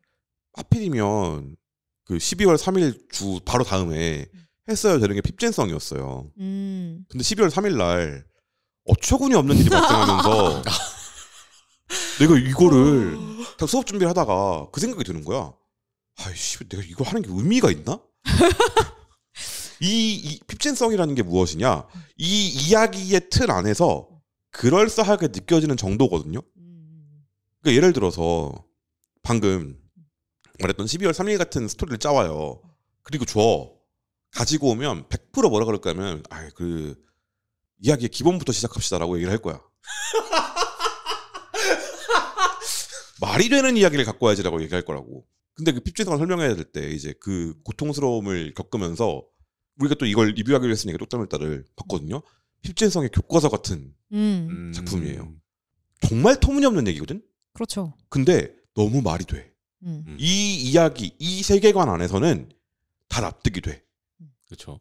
그래서 딸을 낳았을 때 이 명소민이 무슨 생각했을지도 예측이 가. 그러니까 저는 이 작품의 핍진성을 완성한 게 명소민이라는 캐릭터 빌딩이라고 생각해요. 그걸 위해서 존재하는 작품이죠, 거의. 그러니까 주인공은 소명이가 아니라 소민이야, 사실은. 작가님은 분명히 아니라고 하긴 했지만 그러니까 이야기의 구성상으로 그쵸. 네, 다 빼놓고 그러니까. 작가님의 마인드를 다 빼놓고 그냥 구성만 놓고 보면 소민이가 주인공이야. 얘가 이끌어가는 극이야. 그러니까 사실 1부까지만 봤을 때는 1부는 이제 1부에서 서스펜스를 조성하는 거는 엄마라는 존재가 있는데 엄마가 의심스러워. 근데 엄마가 진짜로 무슨 생각을 하고 있는지 모르겠어. 네. 그거를 우리한테 알려주지 않으니까 그 독자들이 뭔가 그 정보가 없는 상황에서 작가는 알고 있지만 독자들은 모름. 그쵸. 여기서 오는 정보 격차로 인한 긴장감. 우리는 소명이의 눈으로 이 세계를 보니까. 그래서 소명이를 따라가면서 엄마는 무슨 생각을 하는 걸까 막 이렇게 추리하고 의심하고 약간 이런 게 1부였다면 2부는 이제 자 명소민의 머릿속을 들여다보자. 명소민은 이런 성장 과정을 거쳐서 이런 인물들을 만나고 이런 사건들을 겪으면서 얘는 그래서 결국에는 이런 생각을 하게 됐어. 까지를 보여주면서 그걸 보면서 다시 1부를 보면은 그래서 엄마가 저 짓거리를 하고 있구나 이해가 라는 걸 돼요. 이해하고 깨닫게 되면서 느껴지는 그 감각이 어떤 쾌감이나 아니면 카타르시스나 이런 게 아니라 약간의 불쾌감이 섞여 있어요. 맞아요. 이 사페를 내가 이해해버렸다. 그러니까 그 뭔가 절대 이해되지 않는데 이해된 이 감각. 너무 짜증나. 근데 저는 이게 되게 잘 만든 매력적인 악역 같다는 생각이 네. 들어요. 그래서 아까 말했던 자식을 둘을 낳았는데 첫 번째를 낳고는 기뻐했을 것 같아. 딸이니까. 근데 그 말도 하잖아요. 보다 보니까 괜찮네. 라는 멘트를 남기잖아요. 아니 그런 의미에서가 아니라 둘째와 비교했을 때 둘째는 계획에 아예 없었는데 나왔단 말이에요. 그러니까 그 저는 소민이가 그 일부를 보면서 왜 그렇다고 아들을 뭐 죽이기까지 해? 막 이런 의문을 가질 수 있잖아요. 근데 저 2부를 보면서 아 처음부터 계획이 없었고 죽일만 했네. 근데 좀 심하지만 약간 그 사고 회로가 납득이 됐다. 회로는 납득이 되지. 그렇죠. 하지만 인정은 못해. 저런 인간이 있어서는 안 된다. 그렇죠. 하지만 이 세계에선 말이 돼. 현실이 아니었으면 좋겠다. 라는 얘기를 우리가 비극적인 소식을 봤을 때 얘기를 하잖아요. 네. 그런 말이 나오는 작품이에요. 이런 거 현실이 없었으면 좋겠다. 그렇죠. 그 자기의 통제욕과 엄청난 자기애로 다른 사람을 죽이는 사람 없어야겠죠. 그렇죠. 그리고 류솔이라는 캐릭터가 2부에 나오는데 그래서 소리 얘기를 안 할 수가 없습니다. 맞습니다. 이 류솔은 작가님도 말씀하셨죠. 되게 놀라운 캐릭터라고. 네. 자기가 만들어 놓고. 그러니까 그 2.5부 끝나고 후기였나 거기서 네. 작가님이 그러니까 류솔은 그 이제 명소민을 너무 빡치게 해가지고 명소민이 사람을 죽일 수밖에 없게 하는 동기를 제공하는 그런 설정. 그러니까 사실 매우 도구적인 이유로 만든 캐릭터였는데 얘가 점점 성격을 가지고 캐릭터성이 더해지면서 마지막에 그 류솔의 대사를 쓰면서 우셨다 막 이런 얘기도 하셨잖아요. 그래서 내가 더 이상 나를 미워하지 않게 그때쯤면 나도 나를 미워하지 않게 되겠지? 이 대사. 그래서 류솔은 어떤 사람이에요? 이제 소리는 그 앞에서 얘기를 했던 것처럼 저한테 그러니까 소민인 줄 알았던 그러니까 소명인 줄 알았던 소민이와 뭔가 새로운 그러니까 원래 새로운 인물이 등장하면 이제 새로운 방향 이야기가 새로운 방향으로 펼쳐지잖아요. 저는 그런 굉장한 생각지 못한 방향을 제시하는 캐릭터가 될 줄 알았어요. 그러니까 그 뒤쪽에 나오는 주거나. 그래서 뒤쪽에 그 주거나라는 새로운 캐릭터가 등장하면서 그 소명이한테 뭔가 조금 다른 바람이 불게 되었잖아요.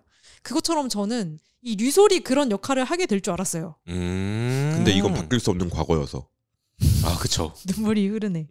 그래서 이 소리는 그 소명이랑 굉장히 다른 캐릭터고, 그러니까 소명인 줄 알았던 소민이는 굉장히 그 공부 잘하고 모범적이고 이런 캐릭터인데 첫 등장부터 오토바이 위에서 담배 피면서 등장하잖아요. 개간지.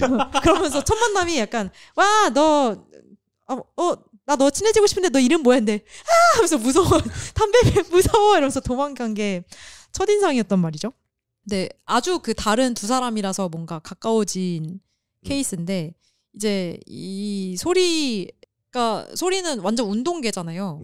그래서 체육계라서 운동을 하는데 그래서 겉으로 보기에는 막 사진이라는 멋진 취미도 갖고 있고 운동도 하고 이렇게 멋진 친구일 줄 알았지만 사실은 그 내면에 뭔가 너무 부서지기 쉬운 사람이었던 거지. 그렇죠. 그래서 사실은 뭔가 자존감도 되게 낮고 그 다음에 가정에서의 폭력 문제도 있었고 그래서 되게 어떻게 보면 그 소리는 되게 그 폭력이 무뎌진 그런 뭔가 피해자가 보이는 경향성, 보이는 캐릭터기도 했던 것 같아요. 그래서 중간에 나왔던 대사 중에서 부모의 폭력은 어째서 자식에게 비극이 될까? 그 이유는 멸시가 친밀함의 기본값이 된다는 점에 있다. 라는 대사가 나오는데 저 여기서 약간 집이 없어도 좀 생각났거든요. 그러니까 왜 가정폭력이 문제인지를 좀 잘 짚어주는 부분이었다는 생각이 들어서 놀랍게도 아무런 폭력이 없었던 소민이는 그렇게 컸는데 아 그쵸 이게 이제 악의 꽃 악의 씨앗이라는 네, 그 작품과도 연결이 되네요. 악의 씨앗은 존재하는가. 그쵸 그 뭐 환경이 만드는 게 아니라 처음부터 타고나는 나쁜 새끼가 있다 그냥. 이게 그러니까 이런 작품들이 되게 머리를 계속 돌리게 만들잖아요. 그래서 되게 좋은 것 같아요. 방금 말씀해주신 부모의 폭력이 왜 비극이냐. 그냥 폭력이기 때문에 사실 비극이거든요. 그냥 폭력은 비극을 불러요. 어쩔 수 없어요.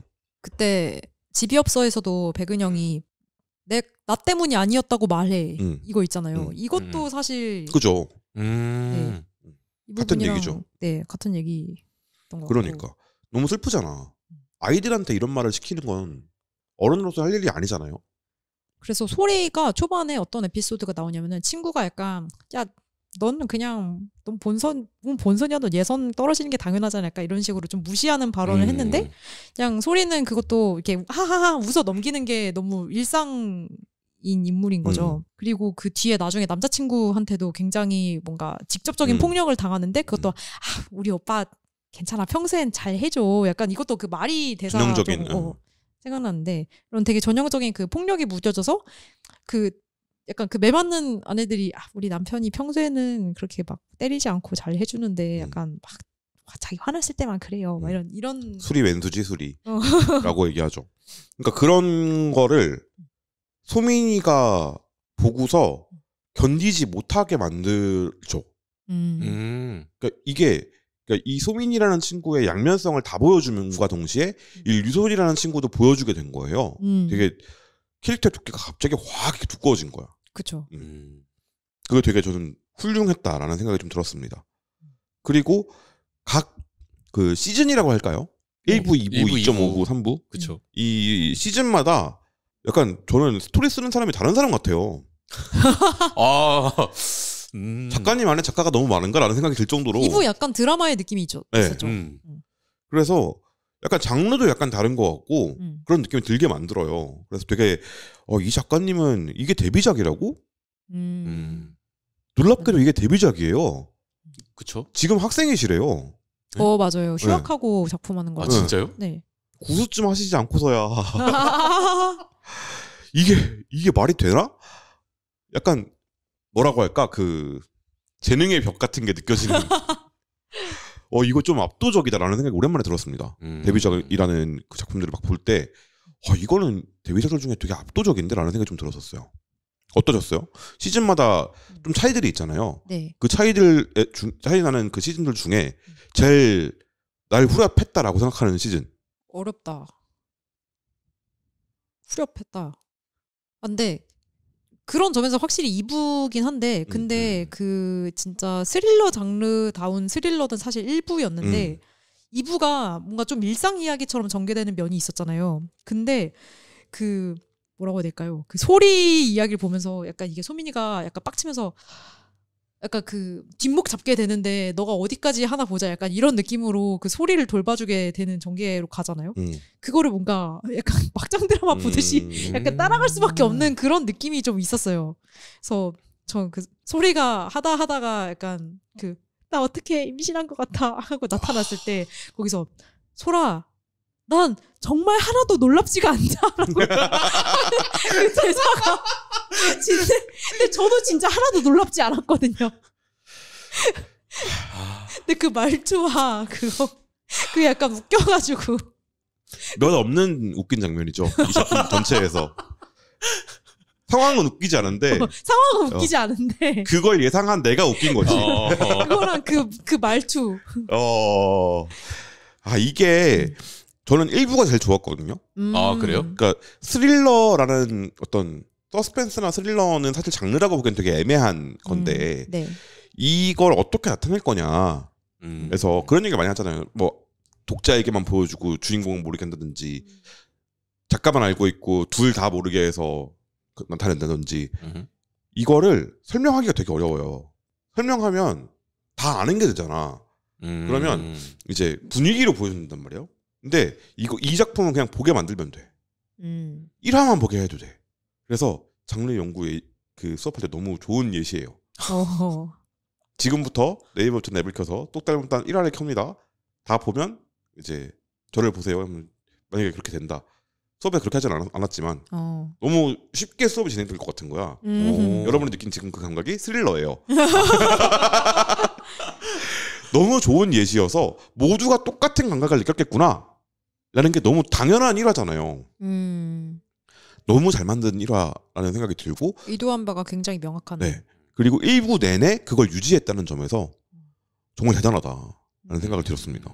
그래서 저는 1부가 제일 저한테는 약간 충격적이었던 것 같아요. 1부는 따라가면서 봤거든요. 네. 그리고 이제 2부부터는 이제 바빠져가지고 조금 쉬엄쉬엄 봤는데 그래서 1부가 더 따라가면서 봤을 때 네. 매화 쿠키 질르면서 봤는데 그때 느껴지는 실시간으로 봤으면 무조건 그럴 수밖에 없었을 것 같아요. 미친이라고 매화 미친 돌았나. 그리고 또 그 맨 마지막 화로 약간 그 이렇게 후킹하는 마지막 컷을 잘 쓰시는 분이잖아요. 맞아요. 사실 그건 기술적인 거라고들 많이 얘기하는데 이게 기술적이라는 걸 보여주기도 어렵거든요.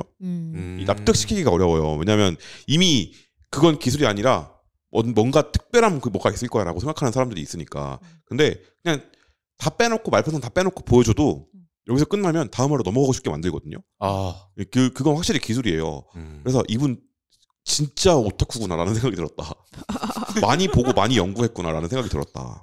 정호님은 어떤 시즌이 제일 마음에 남았어요? 저도 개인적으로 1부가 가장 많이 남았던 것 같아요. 사실 2부는 보는데 좀 속도가 좀 빠른 편이었거든요. 근데 다만 1부는 처음부터 그 아까도 이야기했지만은 사과 주스 하나가 이미 저를 계속 긴장을 시키고 있고 저 엄마가 대체 어디까지 하는지에 대한 그 저도 이제 같이 망상을 하기 시작하니까는 한 편 한 편 보는 게 힘들었거든요. 그래서 그런지 오히려 지속적인 도트 딜이 계속 들어오다 보니까는 1부로서도 가장 깊게 머릿속에 남아 있었던 것도 있고 그리고 이 이야기를 만들기 위해서는 이게 필수적인 조건이구나라는 생각도 들었어요. 2부가 나오기 전에 1부에 대한 이야기를 먼저 깔아놨다는 것 자체가 되게 신선하게 다가왔다. 그렇기 때문에 1부가 훨씬 더 깊게 생각이 납니다.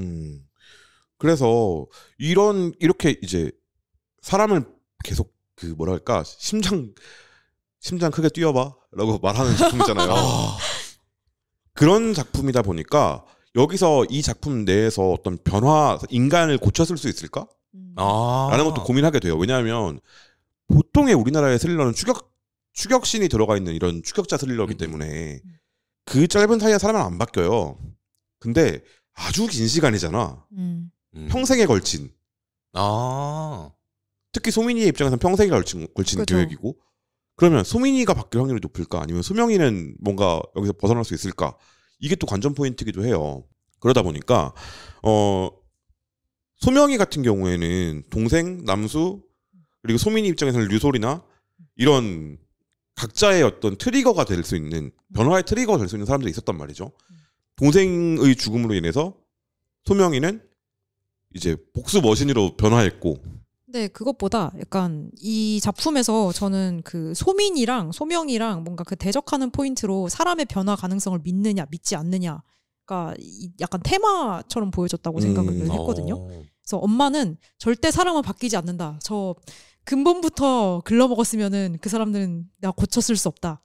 버려야 된다. 그죠? 약간 우생학적인 마인드. 그죠? 심지어 약간 화학과 교수라는 설정도 그거랑 그래서 중간에 왜 자기가 화학을 좋아하는지 그것도 얘기가 나오잖아요. 그래서 화학은 아주 진득하게 그래서 거기서 우수한 것만 이렇게 잘 보고 골라내는 그런 성실을 꾸준히 견디는 걸 막 이렇게 요하는 작업이다. 막 이런 얘기를 했는데 그것도 약간 그런 우생학적인 마인드가 저는 좀 드러났다고 생각을 하고 그래서 소명이는 약간 유솔?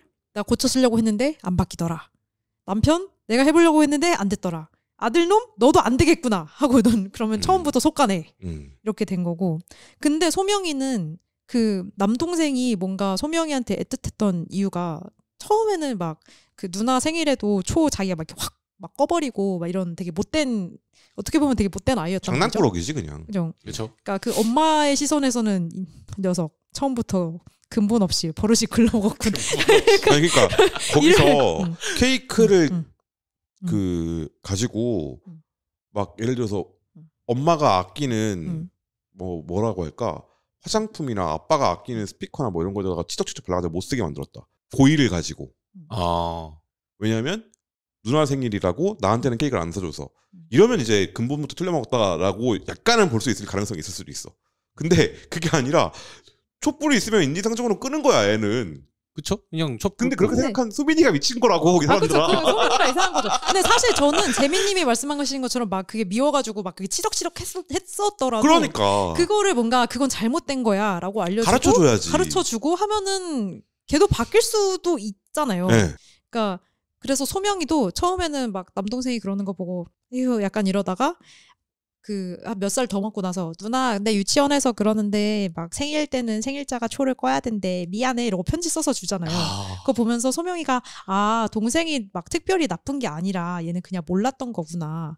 그래 사람은 그냥 이렇게 배우면은 바뀔 수 있는 거구나 하고 이런 그래서 이 엄마라는 거대한 두려운 존재 밑에서 약간의 연대자 같은 느낌이 있었는데 그 동생을 죽여버린 거잖아요 엄마가. 그래서 약간 저는 이게 굉장히 소명이한테 더 그죠. 트리거였다고 생각을 하는데, 그리고 또 남수도 사실 남수도 많은 악행들을 저질렀는데 남수도 나중에는 자기가 진짜 잘못했다고 사과를 하고, 물론 소명이는 약간 그걸 보면서 내 편을 만들어놔야지 약간 나중에 써먹을 수 있겠지 막 얘한테 죄책감을 심어주자면 그 엄마를 닮은 행동을 살짝 하긴 했지만 어쨌거나 남수도 그래 사람이 바뀔 수 있구나를 약간 보여주는 인물 중 하나였단 말이죠.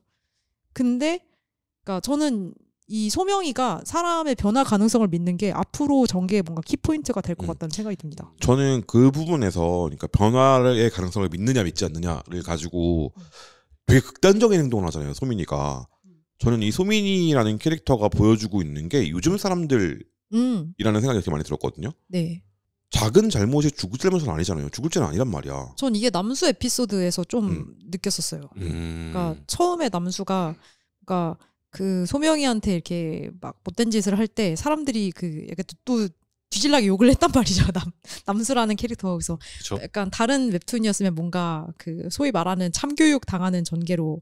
그래서 사실 이 작품에서도 살짝 그런 느낌으로 간 느낌이 있었는데 거기서 끝나지 않고 그래서 자 남수라는 애는 이렇게 해서 친구들도 다 잃고 자기 뭐 죄에 대해서 이런 대가를 받았답니다 하고 끝내는 게 아니라 뭔가 그 다음에 가능성 있는 여지를 보여줬단 말이죠. 근데 소민이가 있어서 미래가 사라졌지만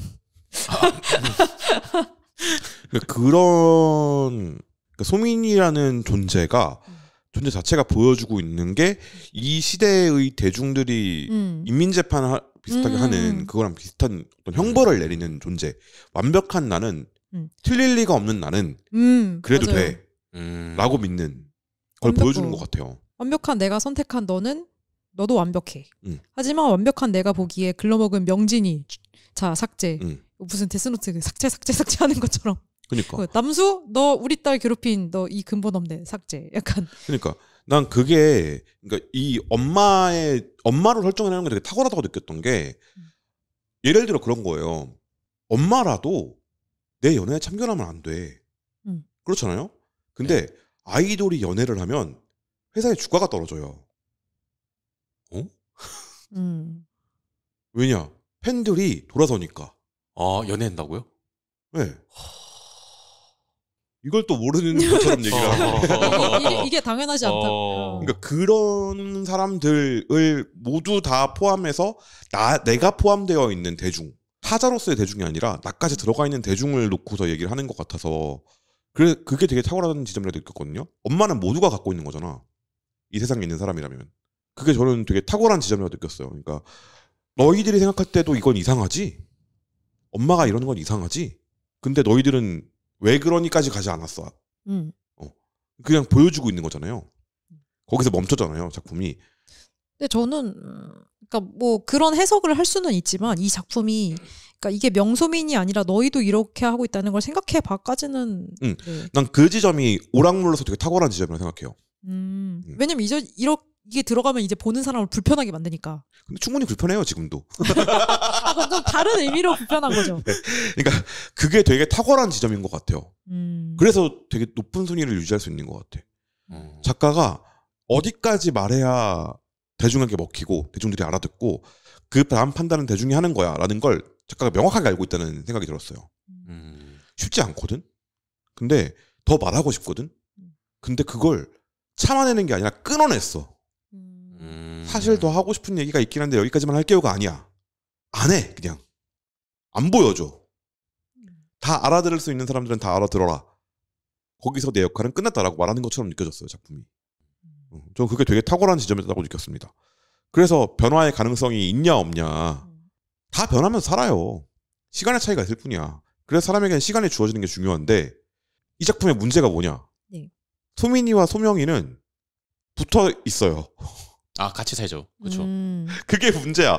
시간이 가고 있어. 그래서 소명이가 영재고를 가려고 했던 거 아닙니까? 그러니까 마음이 아프네요. 네, 약간 그 실패할 수밖에 없는 그거긴 했어. 네. 떠나면 이야기가 전개가 되지 않으니까.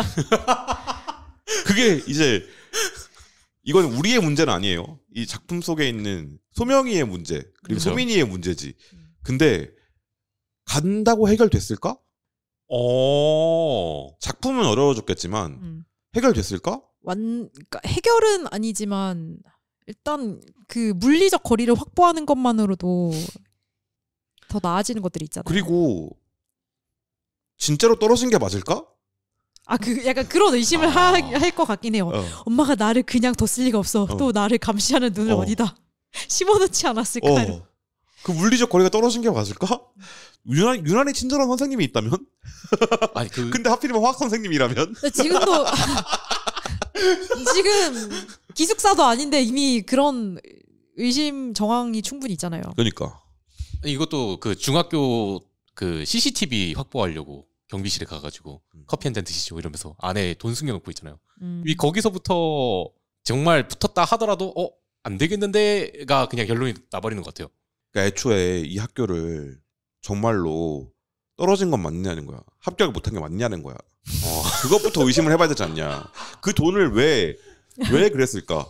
우리 딸 좀 떨어뜨려 주시죠. 이거 했다고. 그런 거 아니게 붙이는 건 어려워요. 떨어뜨리는 건 쉬워. 그치. 뭐 이런 가능성이 없는 얘기는 아니죠. 그러니까 그게 보는 나를 미치게 해. 그러니까 이 모든 거를 다 상상할 수밖에 없게 만드는 거. 그러니까 독자들을 더 몰입시키고 미치게 하는 지점이다. 아주 훌륭한 작품입니다. 그래서 오락이라고 말은 했지만 이런 사고를 하게 만드는 것 자체가 원래 작품들이 가지고 있는 미덕이잖아요. 그렇죠. 그게 없어서 다들 이제 없는 작품들이 많다고 다들 얘기를 하시는 건데 보십시오 그냥. 지금 여기까지 듣고서도 아직 안 보셨다. 최대한 알아들으실 수 없게 얘기했거든요.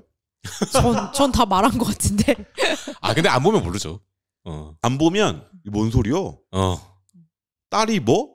엄마가 뭐? 아빠가 없어? 뭐 확실한 건 그거야. 아빠가 없다는 것만 확실해. 아빠가 있었는데 없었습니다. 네, 그렇죠. 그것만 이제 확인하시면 되겠고 여러분들이 직접 보시고 나서 어떠셨는지 같이 이야기 나눠볼 수 있으면 좋겠습니다. 이건 정말 대단한 작품이에요. 그래서 저는 이제 완결이 가까워진 것 같잖아요. 이 작품이. 네. 차기작이 또 기대됩니다. 이 작가의.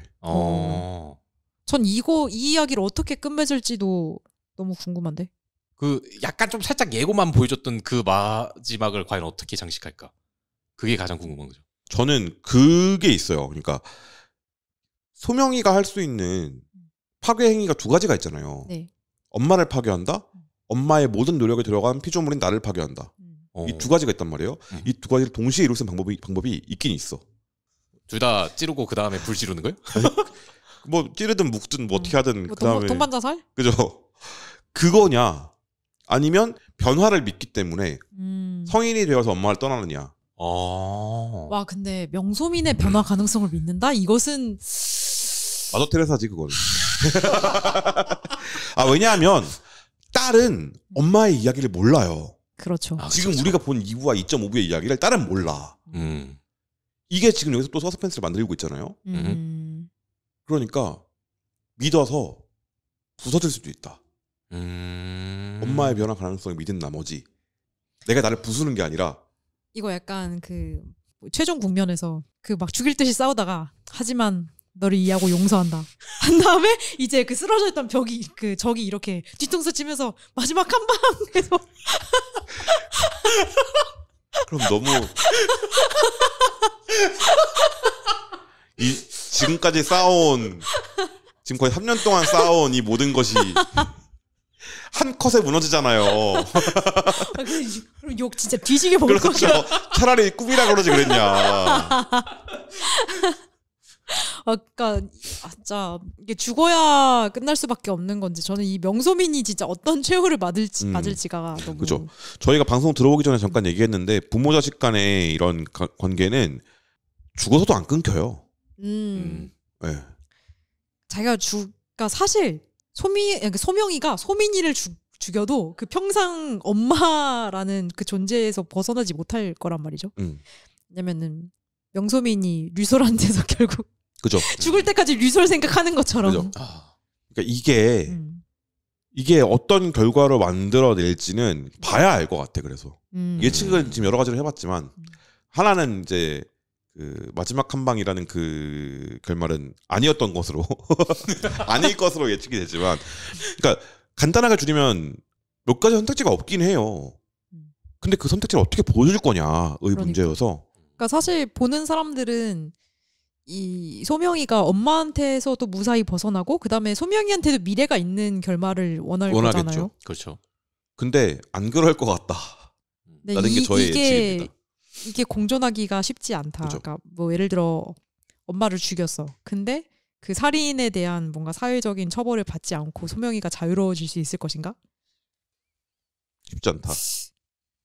근데 저는 아직 남은 게 그 시은이랑 관계가 요즘 또 어떻게 되려고 하잖아요. 그래서 그것도 좀 영향이 있을 것 같고, 그 다음에 건아도 약간 요즘 필요할 때마다 약간 건아야 일로 와봐 해가지고 건아야 너의 의견을 들려주렴 약간 좋은 아이디어야 고마워 한 다음에 그걸로 뭔가 해결하는 약간 이런 경향을 보이고 있는데, 그래서 건아가 또 어떤 뭐 조력자 역할이나 이런 걸 해줄 수 있을지도 모르겠다 이런 생각이 듭니다.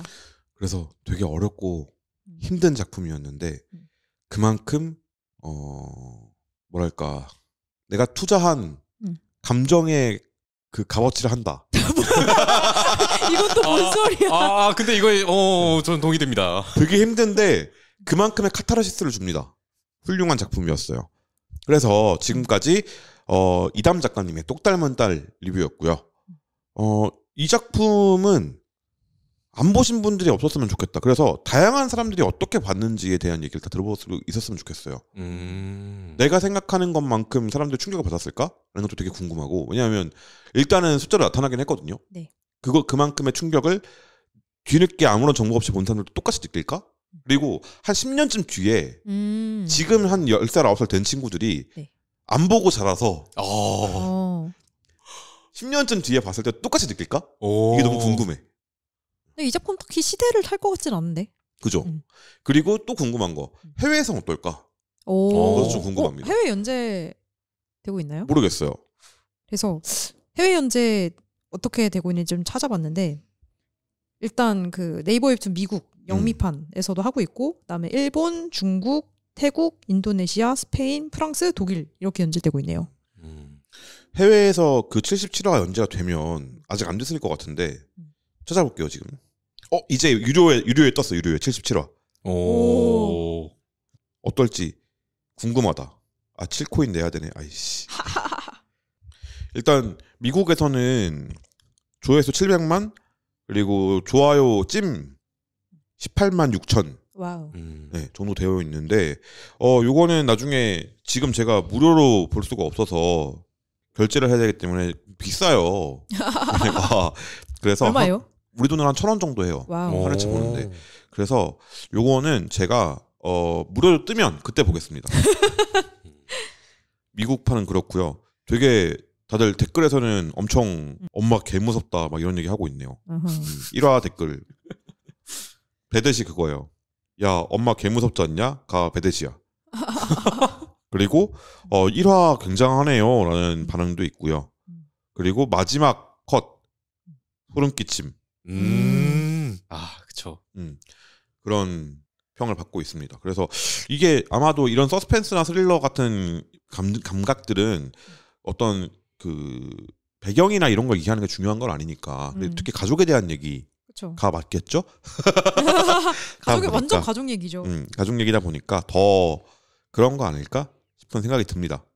네, 여기까지가 똑 닮은 딸 리뷰였고요. 저희 다음 주에 또 다른 작품 리뷰로 찾아오도록 하겠습니다. 다음 주에 만나요. 안녕. 안녕.